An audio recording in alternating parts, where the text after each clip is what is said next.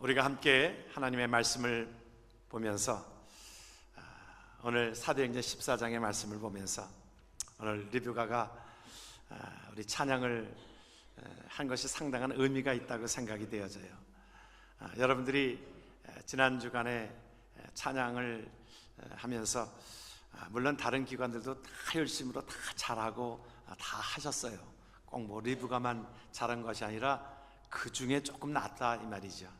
잘하셨는데 그래도 아마 다 여러분들이 리뷰가 찬양할 때 참 귀하다, 메시지가 담겨져 있다, 여러분들이 그런 생각들을 갖게 되었죠. 하나님의 마음을 표현한 것 같아요. 저는 개인적으로 보면 하나님, 우리 다양한 사람들을 하나님께로 돌아오는 것이 하나님의 마음인 것입니다. 하나님 앞에. 근데 놀라운 것 중에 하나는 어떻게 그렇게 변장을 잘하셔서 그 나라 백성처럼 만들었는지, 걸음걸이도 그 나라 백성처럼, 일본 사람처럼, 또 중동 사람처럼, 또 이집트의 사람처럼 어떻게 그렇게 다 변장을 잘하시고, 우리가 이 한국 사람들이요 어디 선교를 가도 다 잘 적응한답니다. 다 잘 적응하고요, 먹는 것도요 우리는 참 없이도 살았잖아요. 그래서 가서 없이도 살고요, 또 참 풍부에 처할 줄도 알고 비천에 처할 줄도 안다는 거예요. 참 감사한 마음을 가지고 오늘 여러분들이 오늘 리브가가 찬양한 그곳에 메시지가 있다 생각이 되어지고 하나님의 마음이 담겨져 있다 생각이 되어집니다. 오늘 함께 저와 여러분들이 그런 의미에서 하나님 앞에 그런 복음에 대한 열정이 있는 그리스도인이 되기를 원하는 귀한 마음을 갖게 합니다. 우리 인생에서 하나의 그 사도 바울이 우리를 경기하는 자라 그렇게 표현을 하고 있거든요. 우리 경기하는 것에 우리가 다 중요하지만, 과정도 중요하지만 더 중요한 것은 마무리입니다. 마무리를 잘 마무리해야 되는데 마무리를 엉터리로 마무리하고 참 마무리가 어렵게 되어지는 것을 우리 주위에서 곳곳에 보게 합니다. 경기하는 자는 더욱더 그러합니다. 우리가 특별히 야구의 경기에 있어서 보면요, 우리 선발 투수가 잘 던졌는데 8회까지 잘 던져서 그냥 점수 한 점도 주지 않고, 또 타자들은 잘 때려주어서 거의 승리를 목전에 두고 있는데 이제 마무리 투수가 딱 올라와가지고 홈런 한 방에 그냥 모든 것들을 다 패전으로 이끌어가는 것을 어느 때는 보곤 합니다. 우리가 전에 그 김병현이라고 하는 한국 선수가 다이아몬드백스에 아리조나 거기에 마무리 투수로 있을 때에 잘하다가 월드 시리즈에서 두 게임을 사실은 다 이겨놓은 거를 두 게임을 그냥 완전히 마무리 투수가 잘못 던져가지고 다 말아먹었어요. 그래도 나중에 그 7차전에서는 다 투수들이, 아주 잘하는 투수들이 나와서 승리로 이끌게 되어졌지만, 그러나 마무리 투수가 이렇게 중요해요. 그래도 지금 다저스의 그래도 이번에 내셔널 리그에서 준우승을 차지한 이유 중에 하나는 투수들도 그렇게 뭐 온전치 못하고 타자도 그렇게 온전치 못했는데 그래도 켄리 젠슨이라고 하는 그 마무리 투수가 참 잘했습니다. 전체적으로 보면 그래가지고 그 마무리 투수가 잘해서 게임을 상당히 오르게 하였습니다. 그래서 마무리 투수가요 그 연봉도 상당합니다. 켄리 젠슨 같은 사람은 연봉이 1년에 1,500만 불을 받습니다. 한번 게임 나와가지고는 뭐 어느 때는 10개 던지기도 하고 20개 던지기도 하고 그러는데, 전체적으로 보면 볼 던지는 것이 1년에 그렇게 많지 않은데도 마무리 투수가 중요하기 때문에 그런 것입니다. 우리 인생으로 말하면 우리가 마무리가 잘 돼야 됩니다. 마무리가, 이 꽃이 그 하나의 꽃을 피우기 위해서 그렇게 왔는데 꽃을 피우지 못한다면 그것처럼 참 비극적인 것이 없을 것입니다. 우리 인생으로 돌아보면 하나님께서 저와 여러분들의 삶 속에 하나의 꽃이라고 하는 것은, 우리 교회의 꽃이라고 하는 것은, 그것은 선교에 대한 열정입니다. 선교의 꽃을 피우는 것입니다. 교회의 존재 목적도 그 선교의 꽃을 피우기 위해서 교회가 존재하였고요, 저와 여러분들 하나님께서 구원받게 하시고 오늘 성찬 예식을 함께 하면서도 그 말씀에 주님께서 우리에게 구원을 주신 그 은혜를 기억하면서 떡과 살을 함께 나누면서 주님께서 뭐라고 명령하셨어요? 주의 죽으심을 온전하게 전하는 것을 하나님이 원하고 있습니다. 오늘 그 사도행전 14장에 있는 이 말씀은 그 사도 바울이 바나바와 함께 2년 동안 그 가운데에, 그 생애 가운데서, 사실은 사도 바울은 그 생애 가운데서 어찌 보면 세상 사람들이 말하고 있는 꽃이라고 하는 것들을 그 앞에 다 그것을 누렸던 사람인데, 그것은 꽃이 아니었습니다. 진정한 그 인생에 있어서 기쁨이 없었던 꽃이 아니었습니다. 그가 예수 그리스도를 발견한 이후에 그 모든 것들을 뭐라고 그랬어요? 배설물로 여기고 하나님 앞에 꽃을 피우기 위하여 하나님께서 명령하신 그 꽃을 피우기 위해서 그 사명을 감당하면서 2년 동안 얼마나 힘든 시간들을 보내면서도 그 가운데 꽃이 피어진 것을 각 지역에 가면서 이방인들에게 복음이 증거되어지고, 복음이 떨어졌을 때 그들이 예수 그리스도를 영접하고 그 모든 것들을, 꽃을 피우는 것을 하나님께 영광을 돌리는 선교의 보고가 오늘 14장에 나와 있는 것입니다. 이 14장은 우리가 2년여간에 있었던 모든 일들을 보고하고 있는 것입니다. 그것을 하나님 앞에 보고하면서 하나님 앞에 때로는 내가 매도 많이 맞았습니다. 힘든 시간들도 지냈습니다. 그래서 우리가 하나님 앞에 그 고백을 하면서, 그러나 그 한 송이의 국화꽃을 피우기 위해서 봄부터 서쪽새는 울었나 보다, 그런 것처럼 한 송이의 꽃을 피우기 위하여 우리가 모진 고난도 함께 받으면서 살아왔던 것을 기억합니다. 우리가 저와 여러분들이 살아가는 모든 생애 가운데 우리가 많은 고난도 있고 힘든 것들도 있고 그러하지만, 마지막으로 하나님 앞에 선교에 대한 그 열정으로 인하여 꽃이 피어진다라고 하면 하나님은 그것을 통하여 영광 받으시는 줄을 믿습니다. 예수 믿는 자라고 하면 우리가 세 가지의 세례를 받아야 하는데, 우리가 첫 번째 세례는 우리가 하나님 앞에 죄의 사함 받은, 그 오늘 유아 세례를 한 것처럼 죄 사함을 받은 것에 대한 우리가 고백으로 하나님의 백성된 그 모든 것들을 세례를 통하여 우리가 표현되어지게 합니다. 그리고 또한 무슨 세례가 있습니까? 우리가 성령 세례가 있습니다. 하나님께서 우리에게 성령으로 함께 하심으로 성령이 우리를 보호해 주신다라고 말씀합니다. 성경은 우리에게 그렇게 말씀하고 있죠. 요한복음 14장에 그렇게 말씀합니다. 내가 아직 너희와 함께 있어서 이 말을 너희에게 하였거니와 보혜사 곧 아버지께서 내 이름으로 보내실 성령, 그가 너희에게 모든 것을 가르치고 내가 너희에게 말한 모든 것을 생각나게 하리라. 여러분, 성령 세례를 받아야 합니다. 성령의 충만함을 받아야 합니다. 그것을 통하여 하나님께서 우리의 삶을 인도하시고 하나님의 백성 되게 한 것입니다. 그래서 사도 바울은 우리에게 말씀합니다. 성령의 충만함을 받으라. 너희가 육신의 어떤 술 취하지 말고 육신의 삶으로 따라가지 말고 성령께서 우리에게 인도하시는 그 삶으로 따라가라고 말씀하고 있습니다. 또 한 가지는 함께 고난도 받아야 될 것이라. 무엇을 위해서? 복음을 위해서. 여러분 복음을 증거하면서 여러분 고난 받으신 적이 있습니까? 사도 바울은 우리에게 그렇게 말씀하고 있어요. 빌립보서 1장 29절에 그렇게 말씀하고 있습니다. 그리스도를 위하여 너희에게 은혜를 주신 것은 다만 그를 믿을 뿐 아니라 또한 그를 위하여 고난도 받게 하심이라. 그래서 사도 바울은 그 모든 역경 가운데서도 함께 고난을 받고 환난을 받으면서도 하나님 앞에 그 하나의 꽃을 피우기 위하여 하나님 앞에 복음으로 하나님 앞에 그 은혜를 갚기 위하여 그 삶을 드렸던 것을 기억합니다. 그의 삶이 얼마나 힘들었는가? 고린도후서 11장에 그를 그렇게 표현합니다. 뭐라고 표현했냐면 내가 수고를 넘치도록 하고, 그의 삶의 그 가운데서 옥에 갇히기도 많이 하고 매도 수없이 맞았고 여러 번 죽을 뻔하였습니다.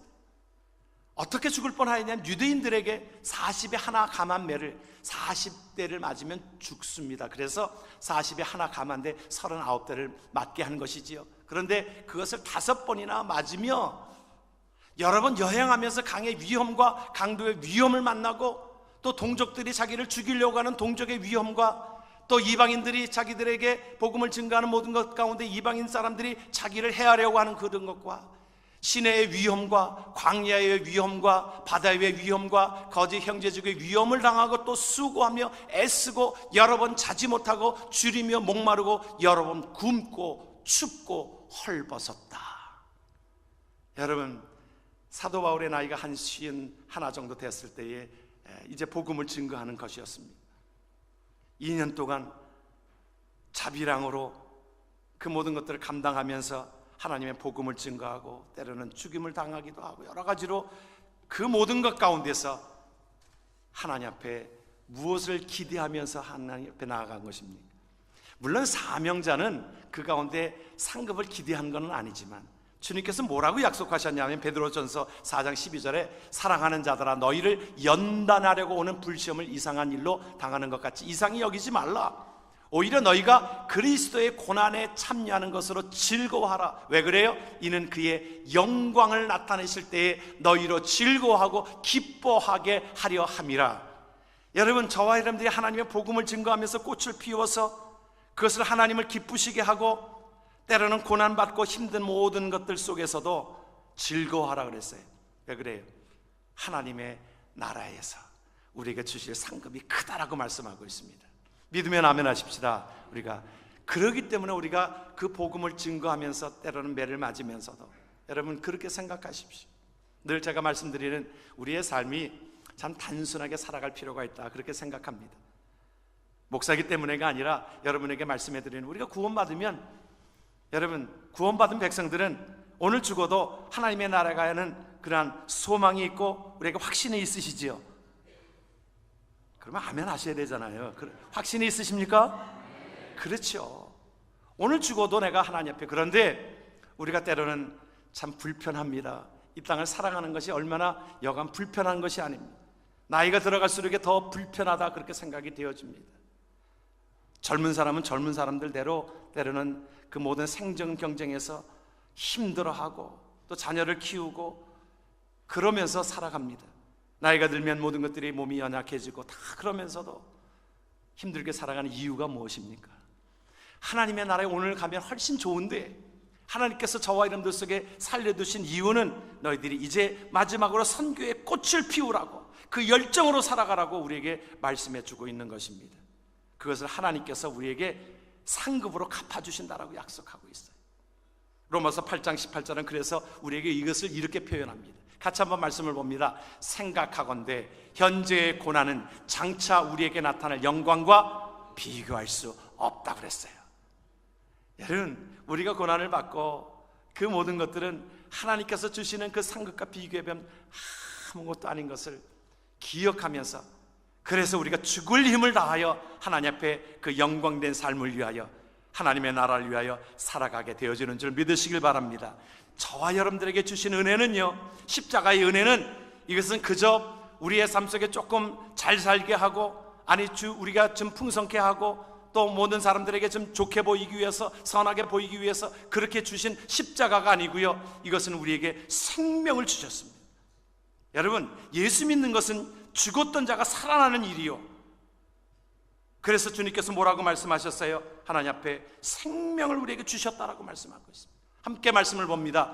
오직 이것을 기록함은 너희로 예수께서 하나님의 아들 그리스도이심을 믿게 하려 하며 또 너희로 믿고 그 이름을 힘입어 무엇을 얻게? 생명을 얻게 하려 함이니라. 할렐루야. 여러분, 예수 믿으면 물론 잘 되는 일이 많아요. 하나님께서 우리에게 주신 축복들이 많아요. 신명기 28장에는 우리가 하나님 앞에 순종하는 자들의 모습들에 대해서 여러 가지로 말씀하고 있습니다. 떡반죽 그릇이 마르지 아니하고 사탄이 한 길로 왔다가 7길로 도망하게 되어지고 하나님의 말씀에 순종하면 하나님 세계 민족에 뛰어난 이름을 주신다라고 하였지만, 여러분, 그것은 부수적인 겁니다. 여러분, 부수적인 거예요. 예수를 믿으면 죽었던 자가, 우리의 영적으로 죽었던 자가 살아남으로 인하여 영생에 이르게 하시는 줄 믿으시길 주의 이름으로 축원합니다. 그 생명이 우리 안에 있게 되는 거예요. 예수를 믿으면 그 생명이 저와 여러분들 속에 이것이 있게 되어져서 죽었던 자가 살아나게 되어지는데, 우리가 복음을 증거하는 것은 무엇입니까? 그 사람이 좀 잘 살게 하기 위해서. 어느 때는 우리가 예수를 믿게 할 때에 우리가 물론 그것도 하나의 방법은 될 수 있지요. 예수를 믿으면요, 모든 것들이 하나님께서 채워주셔서 잘 돼요. 그것뿐만이 아닙니다. 여러분, 그것은 전도하기 위해서 물론 그렇게 하는 것도 있지만, 여러분, 우리가 간절한 마음으로 그를 전도하고 선교해야 되는 그 모든 것들은 죽어가는 사람들에 대해서 우리가 가만히 방관하고 있는 것은 이것은 직무유기입니다. 직무유기예요, 여러분. 그렇기 때문에 저와 여러분들의 삶이 하나님의 복음을 받은 자들이 이 하나의 꽃을 피운다라고 하는 것은 그에게 생명을 주는 일입니다. 살리는 일입니다. 그러기에 이것은 해도 되고 안 해도 되가 아니라 죽어가는 자들을 보면, 아직도 예수를 그리스도를 믿지 않는 자들을 보면 우리가 안타까운 마음을 가지고, 하나님의 마음을 가지고, 때로는 내게 고난을 받아도 우리가 때로는 그것 때문에 때로는 힘든 일을 당하고 어려움을 당하고 환난을 당하고 그러할지라도 하나님 앞에 복음을 증거하는 일이었습니다. 우리가 늘 말씀드리지만 한국의 양화진에 그곳에 가서 보면 그 선교사님들의 묘역들이 있어요. 정말 그곳에 가면 은혜가 됩니다. 정말 저들이 한 100여 년 전에 한 패밀리가 와가지고, 또 어느 때는 처녀 선교사로, 의사였는데 처녀 선교사로 와가지고 거기에서 또한 총각 선교사가 함께 만나서 결혼을 해가지고 첫째로 그 하나의 가정을 이루면서 거기에 아들, 딸을 낳게 되어졌는데 2년 만에 그 남편은 의사인데 병을 치료하다가 감염이 돼가지고 죽게 되어지고, 그곳에 딸을 잃어버리고 자기도 나중에 그 가운데 한국의 뼈를 묻으면서 그의 아들도 나중에는 나는 한국을 사랑합니다. 그래서 뼈를 묻어서 어느 때는 그 난지 몇 달 안 되는 그 자녀들까지도, 얼마나 여러분 한국에 100년 전 150년 전에 얼마나 한국이 질병도 많고 얼마나 노후하고 그랬었습니까? 그곳에 와가지고 배를 타고 와서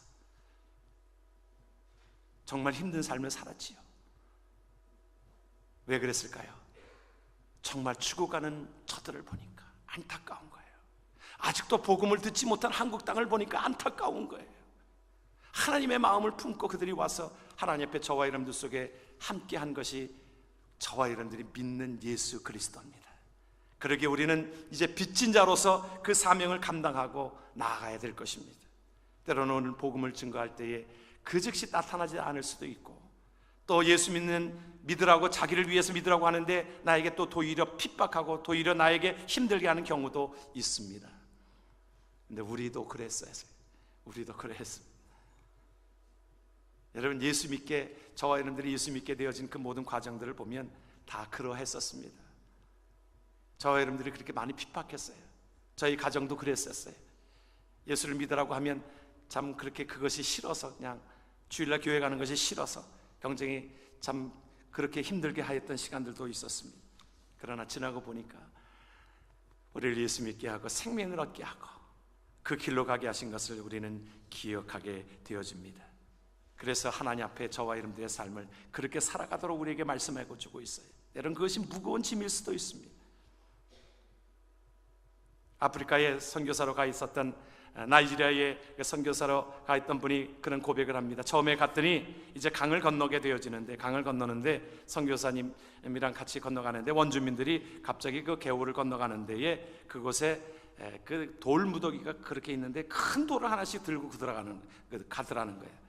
그래서 저 사람들이 그 무거운 돌을 뭐하러 들고 가는가 그랬는데요, 자기가 이제 돌을 이유를 모르니까 돌을 안 가지고 이제 들어갔더니 물살이 너무 세가지고 그 개울을 건너갈 수가 없었다는 거예요. 건너갈 수가 없는데 그 원주민들은 그 큰 돌을 그냥 건너가더라는 거예요, 지구서. 그러면서 선교사님에게 그렇게 얘기하더라고요. 거기 큰 돌덩어리, 제일 큰 돌덩어리 가지고 오세요.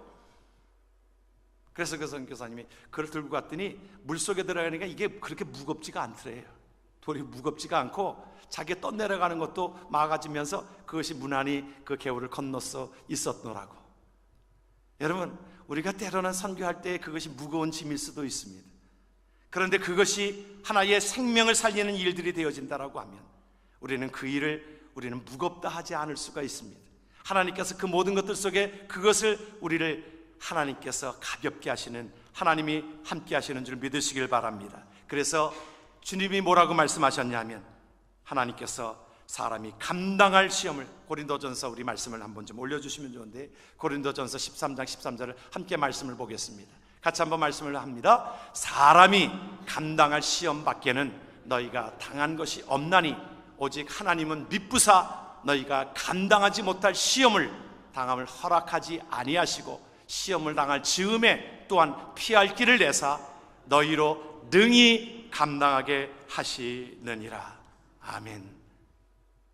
하나님 앞에 저와 여러분들이 그 일을 감당할 때에 하나님은 그 모든 것들 속에 잘 감당할 수 있도록 힘을 주시는 줄 믿으시길 바랍니다.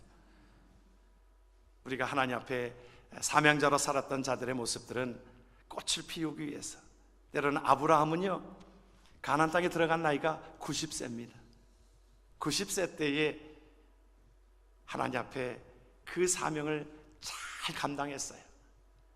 모세는 몇 살 때 사명을 받았어요? 80세 때 사명을 감당받았습니다. 그리고 사명을 감당하니까 하나님께서 힘을 주셔서, 뭐라고 성경이 증언하고 있습니까? 성경에 보면 증언이 그 헛된 말이 아닙니다. 뭐라고 증언하고 있냐면 120살까지 살았는데 그 뒤에 말이 기력이 쇠하지 아니하였다 그랬어요. 이제 하나님께서 이제 수고했으니 오라 하였을 그때 120살 때에도 기력이 쇠하지 아니하였다. 여러분, 하나님의 일들을 감당하면서 하나님 앞에 열정으로 사는 자들은 하나님께서 힘을 주심으로 온전케 되어지는 줄 믿으시길 주의 이름으로 축원합니다. 여호수아와 갈렙도 80이 넘어서 가나안 땅에 들어가서 갈렙은 어떠했어요? 85세 때에 이 산지를 내게 주소서, 내가 젊은 사람들이 가지 못하는 그곳에 내가 가서 그 산지를 개간하겠나이다. 그 열정을 가졌던 그 아름다운 모습을 우리는 성경을 통해서 우리에게 보여주고 있습니다.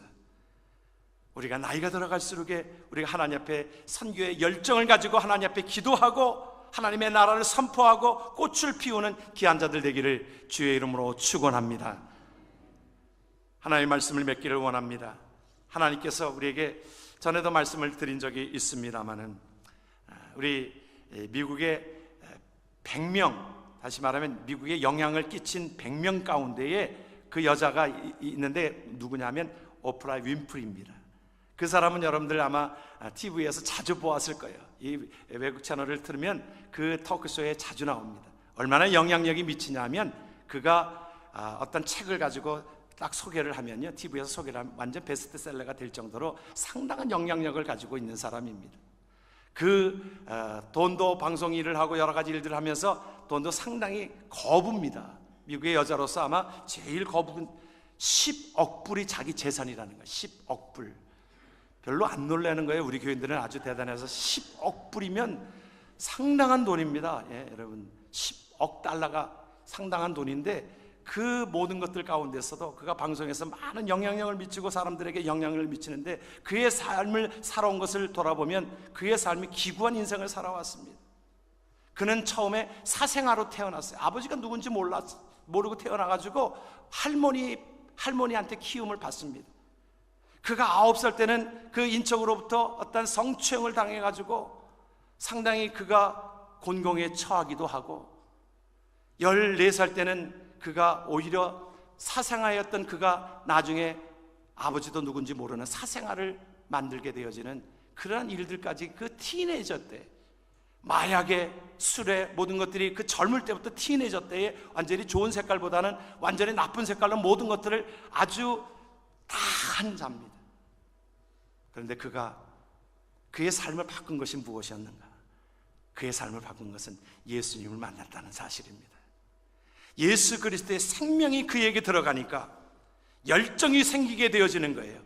그것이 비전이 생기게 되어지는 거예요. 세상을 살아가는 힘이 생기게 되어지는 것입니다. 그래서 그가 자서전적인 책을 쓰면서 사명이라고 하는 책에 그가 그렇게 고백하여지는 것이 참 귀합니다.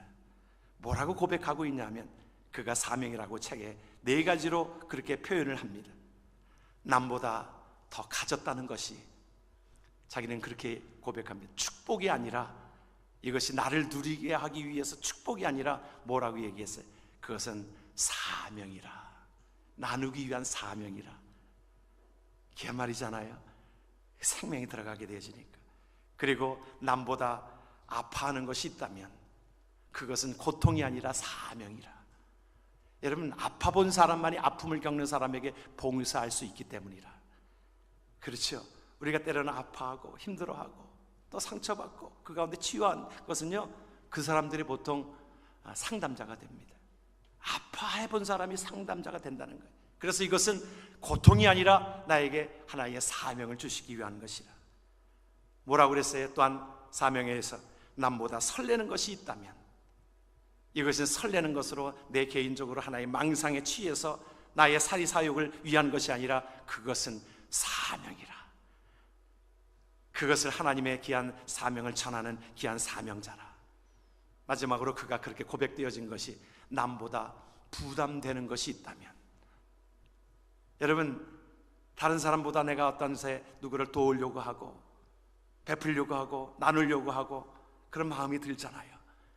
그것이 부담되는 것이, 그것은 강요가 아니라 그것은 사명이라 그랬어요. 참 그 삶을 보면서 완전히 쓰레기 같은 삶이 정말 하나의 꽃을 피우는 그 삶으로 변화된 것을 기억하면서 무엇이 그를 가능하게 했는가? 예수 그리스도의 생명인 것입니다. 그러므로 저와 여러분들의 삶 속에 예수 그리스도의 생명을 전하는 사명자로 하나님 앞에 쓰임받기를, 열정의 그리스도인이 되어지기를 주의 이름으로 축원합니다. 아멘. 기도합니다.